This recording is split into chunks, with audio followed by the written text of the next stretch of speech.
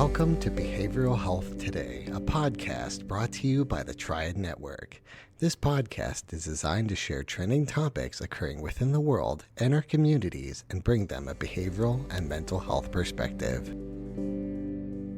Welcome to Behavioral Health Today, a Triad production. I'm your host, Dr. Graham Taylor.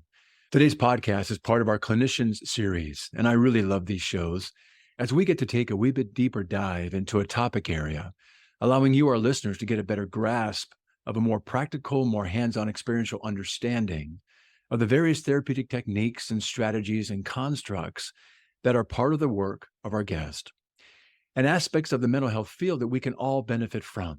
My guest today is a returnee. He is Cedric Bertelli, the founder of the Emotional Health Institute, which is a nonprofit organization that aims to create communities where individuals, children, and families are thriving emotionally, free from the otherwise long-lasting effects of fear and trauma. He began his training in emotional resolution in 2009 in France and continued his work in the United States since 2011. In addition to working with clients individually, Cedric trains mental health professionals and educators across the United States on emotional resolution. Today's clinical series discussion will focus on emotional resolution and Cedric's work around visceral somatic quieting. Cedric, welcome back to our show. Thank you, Graham. Thank you for having me back. It's a pleasure to be here. It is nice to have you back. As we start out today, Cedric, the identification and treatment of trauma is such a growing part of our mental health practices. If you would, though, start us out today by sharing with our listeners how you personally understand trauma and how it develops and how we carry that within us. Yeah, so it's a central question to our work, absolutely. And for me, the definition of trauma is quite simple. For me, a trauma is an instant that holds too much stress, physical or emotional, for us to take on at the instant when we experience it. And so, of course, that's going to be different based on our age, on our personality, on our environment. But for me, that's what trauma is, an instant that holds too much stress, physical or emotional, for us to take on when we experience it. Yeah. I really like this. I like the simplicity of that because it's a simply elegant kind of definition right there, but it has some really significant and far-reaching consequences, doesn't it? Sure, absolutely. What I can tell you is from the work that we've done, we can see that the first 1,000 days of life, from conception, 1,000 days after, is a great garden, so to speak, for trauma, right? Because we're so vulnerable. We are so vulnerable in the womb, at birth, and after birth. So I just had a baby not too long ago, so I can see how, too much cold, too much hunger, the environment, which is different, can be experienced as a trauma for a newborn. Yeah. Now, I want to make it clear for our listener that, yes, newborn, for example, go through a lot of trauma because they're so vulnerable. But if we can provide us as adults an environment that is nurturing and loving, a lot experience that can be experienced as trauma can be resolved on their own. It's resilience. In the first 1,000 days of life, resilience happens very quickly thanks to the environment that we can provide. Later on, as we become teenagers and adults, our environment, because of the way that society is, do not offer such a holding place for resilience sometimes.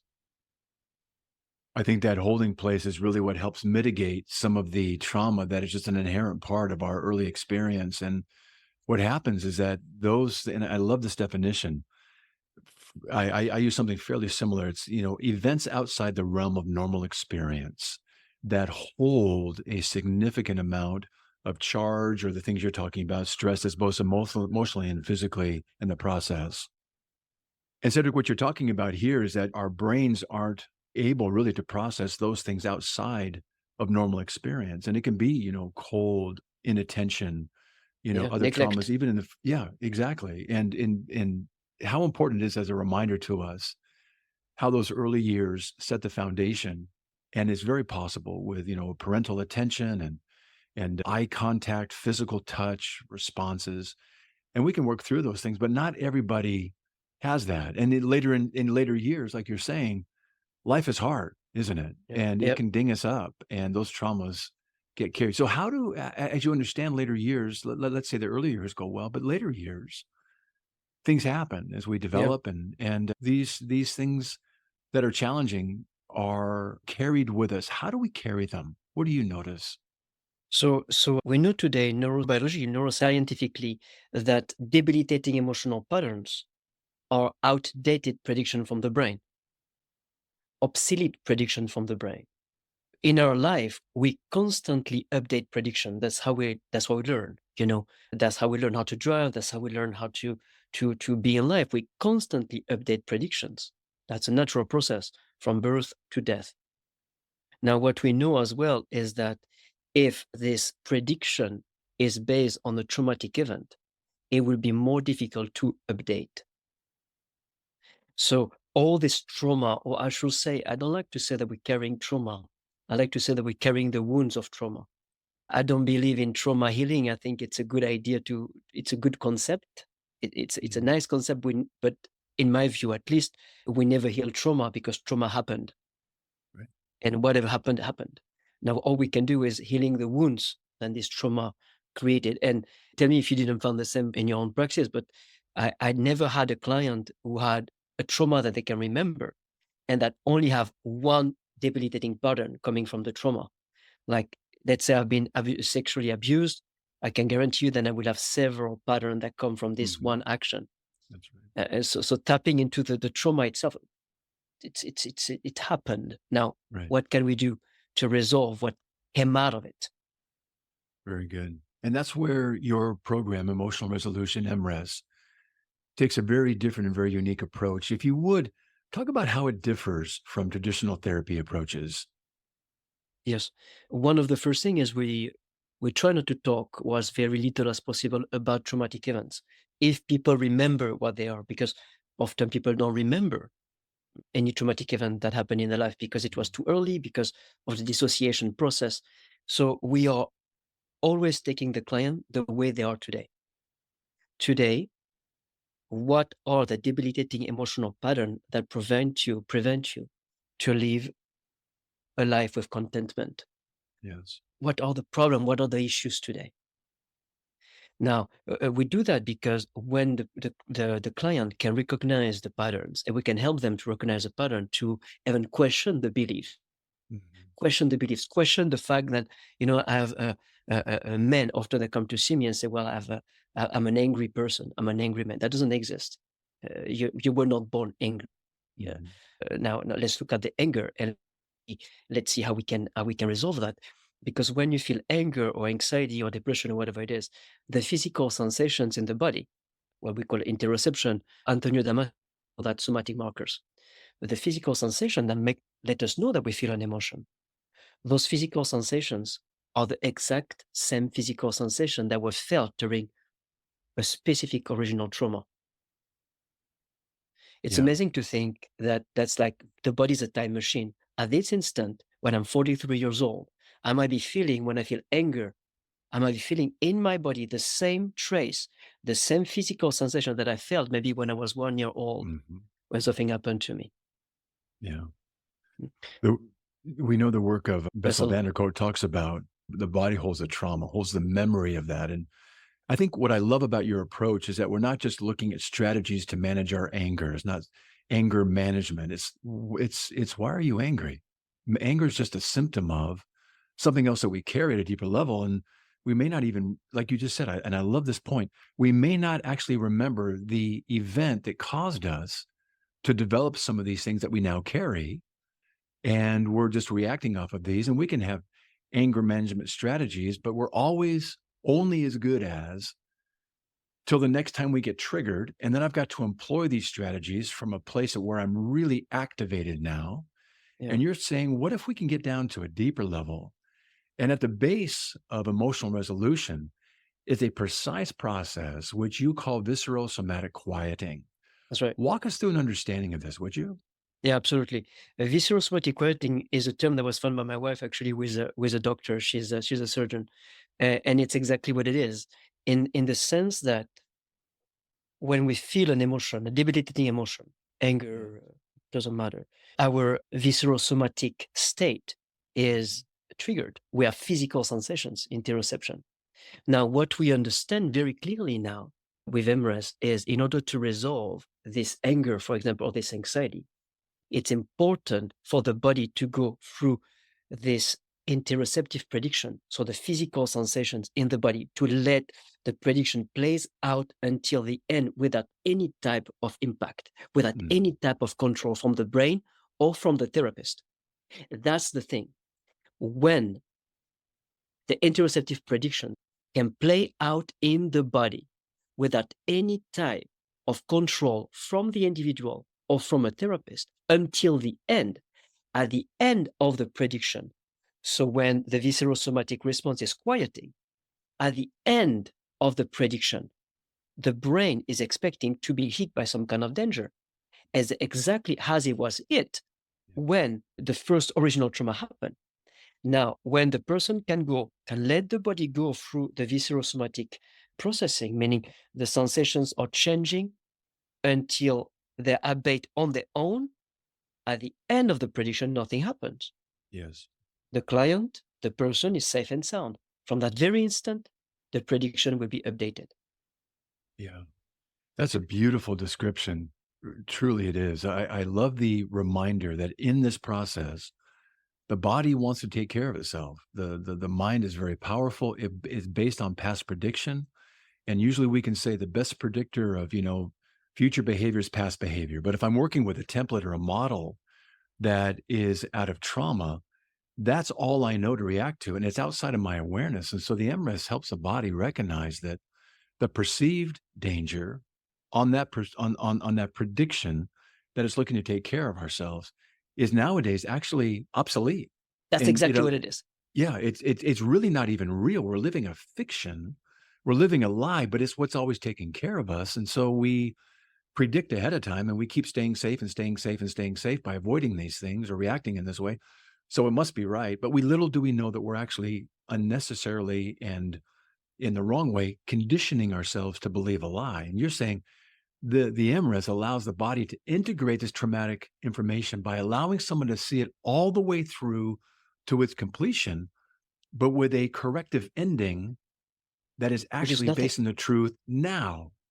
That's exactly that. That's exactly that. You recapped it beautifully. And there's so much in what you said. I want to go back to what you said a bit earlier about the copyism. The more we use coping mechanism, the more we're reinforcing the pattern. Yes. In a way, we could say that the brain is sensing, well, if it's controlled, it must be because there's a danger. So we're going to keep on repeating the pattern. We're going to keep on Yeah. bringing up this interoceptive prediction. Yeah, Yes. absolutely. That's it. You recapped it beautifully. Thank you. So this interoception, this is the door you describe to emotional resolution, and it's described as you do in your on your website and the things that you've written about. It's the internal state of the body. Walk us through just a little bit more of an understanding around the interoceptive idea and how this is the door to emotional resolution. Yeah, beautiful. Interoception is used to determine what we feel, right? If we're hungry, we know that's perception. If we're thirsty, if we're horny, it's all interoception. Interoception is managed by a part of the brain called the insular cortex. The insular cortex takes a lot of information from the body and process it in a way that allow us to know how we feel. Mhm. Now, when we feel anger or anxious, as we said earlier, that's interoception because it's based on physical sensations in the body. In a way, when we are feeling an emotion, it's like the door is open to go directly to the source of where this interoception comes from, this interoceptive imprint, we could say. So we use an interoceptive imprint that's going to be different from every single one of us. We have labels, anxiety, anger, and all this. But my anger is going to feel different in my body as yours. That's The right. tension would be in different places. Some won't be similar, but chances are they will be different. Same for anxiety.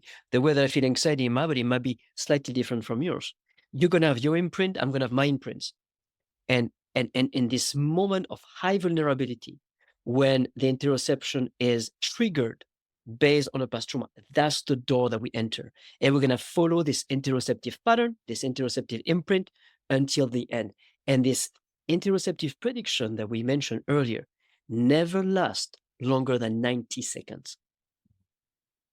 That's hopeful because you think, boy, if I've got to go back and I've got to relive something that my body is still holding, that I'm only now maybe discovering and realizing, am I going to have to sit in this for hours and hours and hours over weeks after weeks after weeks? And what you're saying is, no, it can be done in a very short period of time. I want to come back to that piece. Yeah. So, with this foundation that we've got, who is a typical patient that would come through your doors seeking your services, Cedric? So most of the time, people who come to see me is for something very specific, an anxiety, a depression, PTSD. So what I see, these emotions that we notice Yes. that are in our face, for me, it's like the top of the iceberg, right? It's almost, I see them as a second immune system. When we're sick, let's say we have the flu, we're gonna have a fever. And the fever is going to be very much in our face. It's going to be uncomfortable. And for me, when people come in with anxiety or anger, I see that as a symptom. So they're going to come to see me for the symptom, just like we go see the doctor. We're going to see the doctor for a symptom. Yes. So they come to see me for a symptom. And of course, I'm going to do my best to address the symptom. We're going to work on that. But we know that if there is a symptom, there is an antigen, there is something inside that work them out. To answer your No, it's question, the good. people that come through the door are people who are aware Mhm. of some kind of blockages or emotion that toxify their life. Good. And we are going Great. to work on that. But that's not going to be my focus. That's going to be, yeah, sure, we're going to do the best. But it's important for us to enter the symptom and to see if there's more. Because the reason why we feel so much emotion, or we feel like the emotion take over our life sometimes, is because earlier we said the interoceptive prediction take 90 seconds. That's true. Mhm. Now, within 10 minutes, we can have 10 different interoceptive prediction. I feel Mm. anger, then I feel shame, then I feel guilt, then I go and think about that come from my father and I feel resentful. So within 10 minutes, we can have a tremendous amount Mm. of emotion that we feel one after another. We're going to call that anxiety. We're going to call that frustration. But the fact of the matter is, there are a bunch of those predictions happening one after another. We're building emotion upon emotions.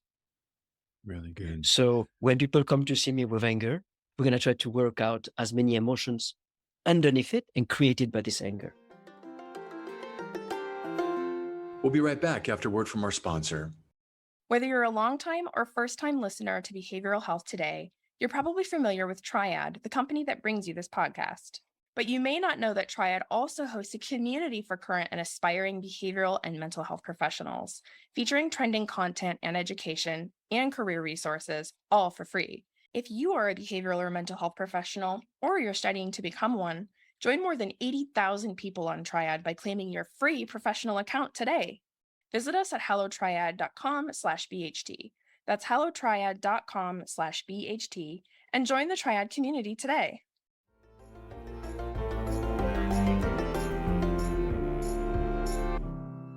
What I like is you're saying that there are levels to this. And what I'm so appreciating is that it's so easy in life, unknowingly, for folks to look at others or even for people to look at themselves and say, you know what?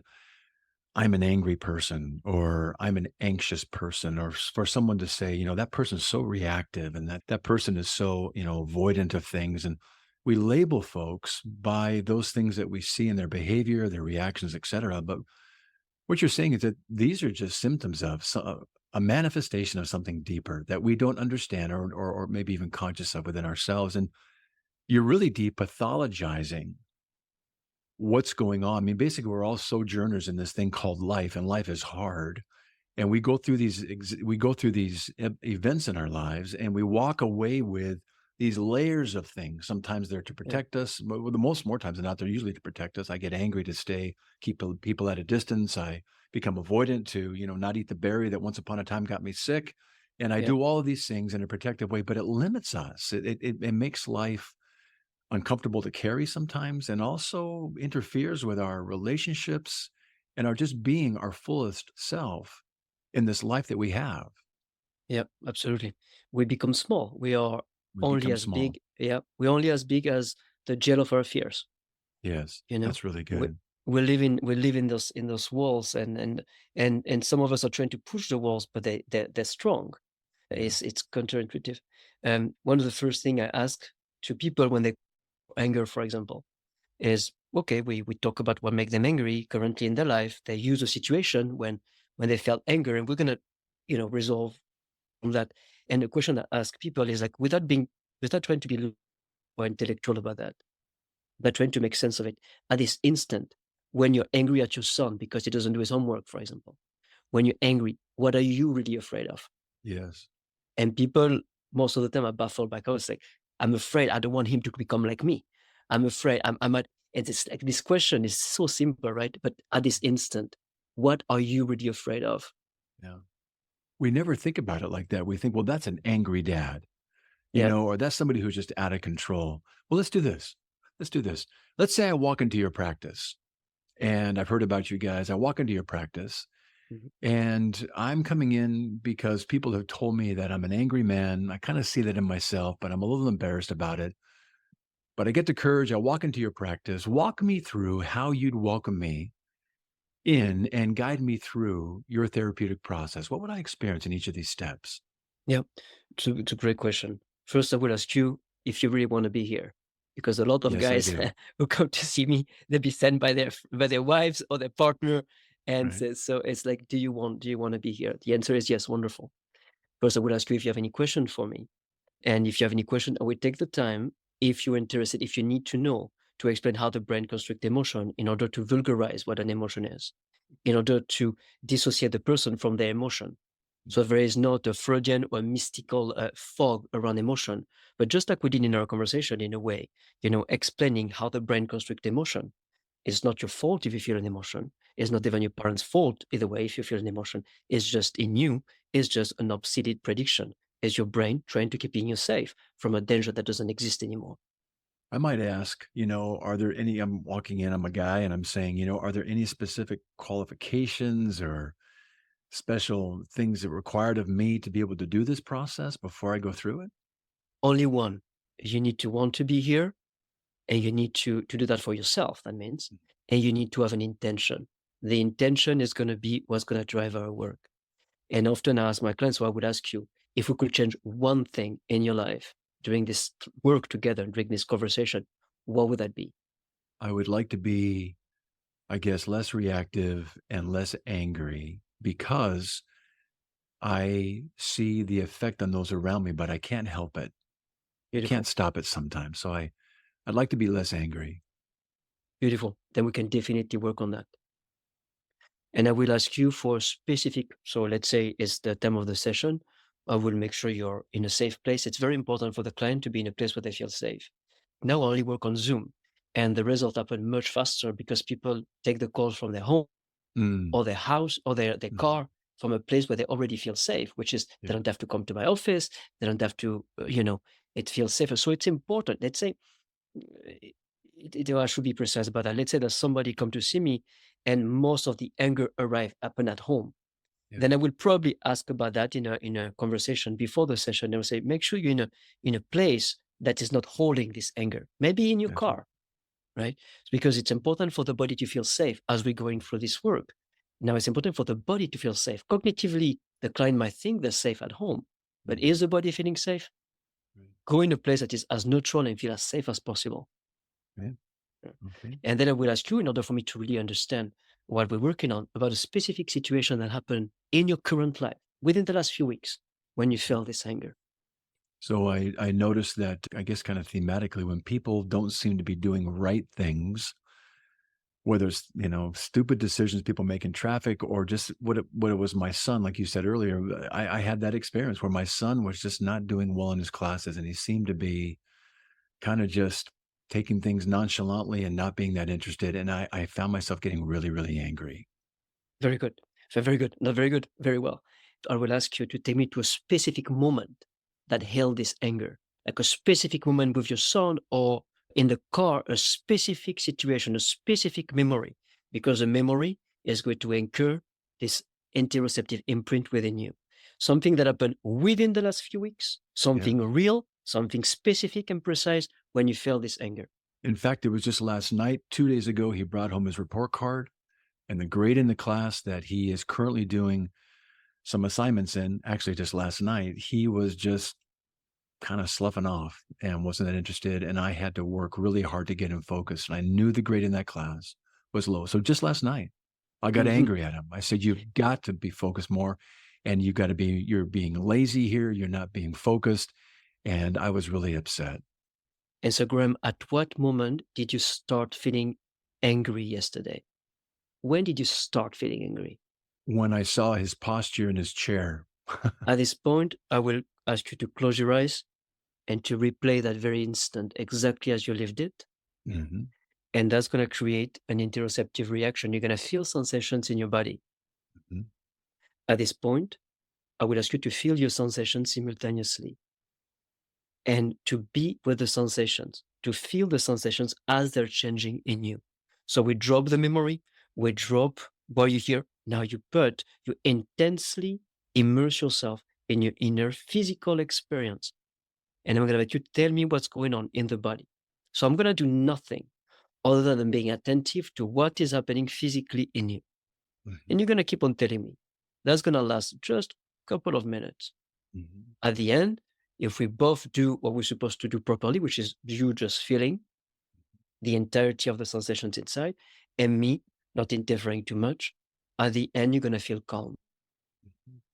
Mhm. Then we're going to repeat the process very simply from that one situation to make sure the body is fine. Sometimes from one stimulus, you're going to find several, two, never more. We have to go through them. Never three, two from a stem stimulus. And then that's the beginning most of the time. And each session is different. And then I'm going to start asking you questions. It's what we call impact question in MRS, which is Mhm. basically I'm going to ask you a question that sometimes other people will not ask you, such as what are you really afraid of? What does it make you feel that the only control you have over your child is to get angry at him? What do you think your child think about you? Like all this question, in a way, I'm going to put you in a short, in a light trance, right? Yeah. So, and what I'm going to do then is I'm going to send you punches. And I often tell my clients, I'm going to punch you with my words. And you have two solutions. You can try to argue with me and duck, then we can do anything. But if I send a punch and there's something happening in you, you've got to get in there because that came to be resolved. So that's going to be the beginning of the session. We're going to start with something pragmatic. So the person really take responsibility for a moment when they start feeling angry. We're going to resolve that. And then we're going to go through impact question to dig into the shame, the guilt, the fears that fuel this emotion or that are fueled by this emotion. And then, I mean, MRS is a pretty large body of work. So there are other tools that we're using depending on the person, the emotion work done, etc. Very good. I can imagine as you're allowing me in that first 90 seconds or so, a couple minutes, that as I replay that, I'm going to be probably feeling and picturing a lot of things, maybe the look on his face, the look on my face, if I could be outside of myself looking in, my body posture, maybe my tension, maybe some tightness in my stomach, maybe my shoulders, It's going to be purely physical. And the way that we're going to start is really from your perspective. yeah. And what's important is when to the person to sense when the anger start. You set the Yeah. posture. So what do you see specifically that triggered your anger? That's when I see him just slush on his chair. Close your eyes. What sensations are you feeling in your body? Boom. You enter there. You enter there. It's important for you to, for the client to really put intensity in feeling, because if they don't put any intensity in feeling being an action, if you don't put any intensity in feeling, then you're going to go to your mind. You're going to start thinking. Every time you think, you might open a new emotion. So then you open all these emotions and you go nowhere fast. Really good. Really good. It's the precision of the instant. Oof, you got to go to the end of this one and maintain the client within this specific trajectory, this specific imprint. If not, you're going nowhere fast and you don't resolve anything. I can imagine as I'm starting to feel some of these things that I'm going to feel it physically, and then I'm going to probably get scared because there's a part in me, most likely, that this anger is really a secondary emotion. Most anger is. And what's going to be primary is maybe sometime when I was hurt or I was disappointed or someone reacted to me in a certain way, or I walked away from an incident about my own self message and what I'm saying about myself. And I'm going to probably at some level have some memories flash back that I'm going to be feeling in that moment as well in my body, because I'm a wee boy back maybe when some of these things happen and I didn't have a frontal lobe to explain them, but I can feel them. And in those moments, am I expressing those to you, or are you just allowing me to go through that and maybe asking questions around that? How does that part work? So in a way, each question that we will ask, a specific situation that you will choose, is going to reactivate a part of your history in your body. Yes. And this history is purely sensorial. Sometimes images come, but I'm going to ask you not to attach too much importance to it, to go back to the body. It's a bit as your own trauma. If the trauma happened a long time ago, because of the life we had after, we change slightly the memory. We know neurobiologically that every time we think about something, every time we remember something, we change it.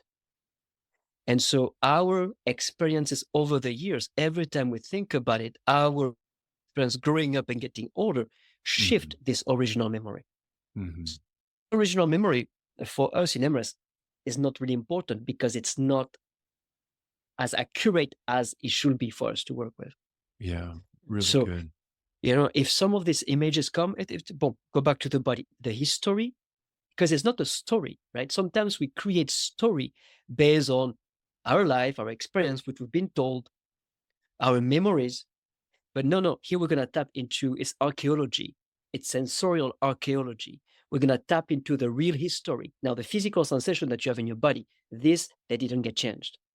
They didn't get changed by your experience. They didn't get changed by whatever was told to you. If there is a specific sensorial interoceptive that should be re-experienced until the end.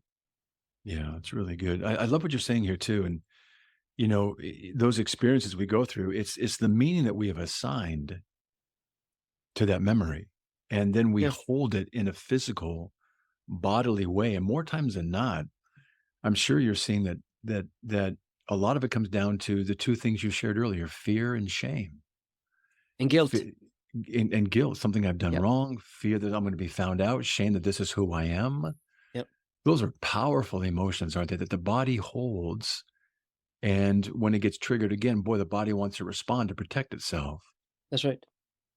Yeah. Grandma will say that in a simplistic way, at the base of all this pattern is always a fear of death. Yeah. Because Death during this anxiety. trauma that we talked about earlier is an instant of death, either way, psychological death by neglect, by something else, or physical death. If I'm being raped, for example, let's say that my rape took 5 minutes. Do you think that I dissociated only once? No, I dissociated several times, in and out, in and out, in and out. Every time I went out because the stress was too high, the danger was too high, that's an experience of death. Yes. So I will say that at the origin of every one of this pattern, the main fear, the core fear, at the root is death. Really good. What am I likely to, from what your experiences with patients, what am I likely to experience after my treatments with you? Mhm. So the way it's going to be different for everybody. Of course, the goal is to resolve whatever you came to see me for. Mhm. And the way that we work is at the end of the session, we ask the client, how long do you need to see the impact of the work on you? Because most of the time, again, people come to us just for one thing, and this one thing is actually an umbrella for several emotions. Mm. And we don't know if we tackle all the emotions under this umbrella. Depression, for example, depression is for a lot of different emotions. So we'd ask the client, how long do you want in order to notice the impact of the work?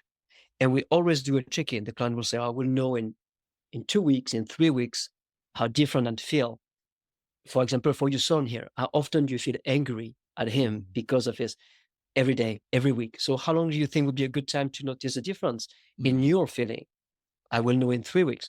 Let's make an appointment again. Got it. And then we check in. Very good. Typically, how many follow-up appointments do you find someone benefiting from or needing in order to have a complete resolution of this? So between 1 and 3. Fantastic. Yeah, fantastic. And then people usually, and it's depend for each practitioner, of course, and each client, but people usually come back, I don't know, 6 months after to work on something else. So it's punctual. But when we work on an issue, on a problematic, It takes between 1 and 3 resolutions often. Fantastic. That's exciting. Tell me a little bit about, I know we're kind of turning a corner here as we wind down our show, but are you guys got any ongoing research efforts going to study some of the effects of this and validate the efficacy of emotional Yeah. resolution? Yeah. We have two projects. One is which is finished now and is about to be published in 2024. And that was done in the hospital of Lyon in France, specifically on the impact of trauma on gastrointestinal issues. Yes. And using MRES, because in 2 out of 3 patients with GI issues, there is no biological reason for it. It's trauma-based. Same thing with pelvic pain, Yes. I would say. And so the impact of MRES on GI issues, that's going to be published this year. And right now we are working with a lab in UCLA on anxiety, and specifically anxiety for residents in hospital leading to burnout. So the impact of MRES on the anxiety felt by residents that might lead to burnout. And that's in the process now. I'm hoping we publish in 2025. Boy, all three of those are significant areas Yeah. to be studying. IBS, gastrointestinal, pelvic pain, and burnout is all is always that's kind of an on-tap mental health issue right now. People are just getting Yep. burned out. So I love that you guys are focusing on that piece of it. I'd love our listeners as we wind down today to maybe get a closing message from you about how they might think about the benefits of such an effective and relatively short-term treatment that allows some very, very significant changes in their lives. Give us kind of a takeaway message about how they might think about, could MRIS really be something that they could benefit from? Yeah. Couple of things. Number one, it's not because the work with MRES is short, can be short, they take off value out of the trauma, right? A lot of people think if I can resolve the wounds of some trauma in 2, 3, 4 appointments, does that mean that this trauma wasn't important? No, it's not that at all. It's not because the treatment can be short that it take off value out of the trauma. Yes. Number two, it doesn't matter if you've been carrying this trauma for several years or just 1 year. The way that the brain constructs emotion is the same way. It's the same way for every trauma. The way that the brain deconstructs emotion is the same way for every trauma. So it doesn't matter if you've been carrying a trauma for years and years and years, or if the impact of the trauma is quite recent. It's not because it's an old traumatic wound that is going to be more difficult to heal. However, if you've been carrying that for a long time, a lot of other emotions came upon it, maybe some shame, some resentment. So it might take a bit longer to clear up the spectrum of emotion that came, I call them parasites emotion, that stuck to these ones. Yeah. A lot of people do not want to look at their fears because they're ashamed of them. Mhm. So the first thing is, don't be ashamed of your fears, they're just fear. So maybe the way that you feel inside do not fit with the character, the persona that you want to put out there to your child, to the children, to the community. It doesn't matter. Accept your fear, accept your wounds. You don't have to talk about it to anyone, but the important is to accept it. Once you accept your fears, once you accept your pattern, then you can and resolve them. So accept your patterns shamelessly, so you don't have to carry them anymore. I think that's in the spirit of what you said earlier, that perseverance. When you and kind of what I mentioned earlier too, thinking about it the way you just described it, this again depathologizes what we all carry some form of. We don't get out of childhood and young adulthood unscathed. We all have something. And again, we're sojourners in this thing called life. But the things that we develop that can now become very limiting, like you said, we become small, given our fullest potential. They were once upon a time adaptive. We're just doing the best we can on past information and in a predictive way, and we don't even know we're doing it. So making the unconscious conscious, making these conversations, non-judgmental, making them non-shame based, and taking the fear out of them to say, hey, what is it that you carry that you may not have to carry anymore, that you didn't maybe even know you did? And what might life be like to be free of this unnecessary burden that once upon a time, maybe that adaptive response was good because back in that environment, maybe it kept you safe. Maybe it was strategic. Maybe that was your security operation. But maybe now it's maybe inhibiting to the fullest possible life that you can possibly have. So I love, Cedric, what you're doing. And as we close, I'd love our listeners to follow up with you after the show. Where can they do so to learn more about you, emotional resolution, and the training that you provide if they're a professional? Sure. If they want to know about my own practice, they can go to cedricbertelli.com, my first name, last name.com. And to know about the work, you can go to emres.com, EMRES, or emotionalhealthinstitute.org. It goes to the same place. And here you have a lot of information. You have articles about this work, how it works, why it works, testimonials, etc. Fantastic. Well, Cedric, it was great to have you back on the show as a returnee. It's always great to speak with you. I love what you're doing. I love the science behind what you're doing. And I love the ability for people to have access to free themselves of something that does not need to be carried in life, that they get to go through life unburdened by some of these secondary things that occur simply out of our trauma, simply out of our events in our lives, that they get to be free of. So congratulations on your work. Look forward to hearing how the research goes. We're going to have you back at some point to talk about what you're finding in the research. But for today, thank you so very much for being here. Thank you for having me. Thank you, Graham. I also want to thank you, our listeners, for dropping by and joining Cedric and me today. It's always great to have you with us. Regarding our episode today, I want to remind you that it and its resources and all of our other episodes can be found on our webpage at triadhq.com/BHT. Thanks again for being with us on the show, and we'll look forward to having you back with us next time on Behavioral Health Today. We appreciate all the support from our community, and if you like our show, one of the best ways you can support it is by giving us a 5-star rating and leaving a review. Behavioral Health Today is a podcast part of the Tribe Network, all rights reserved.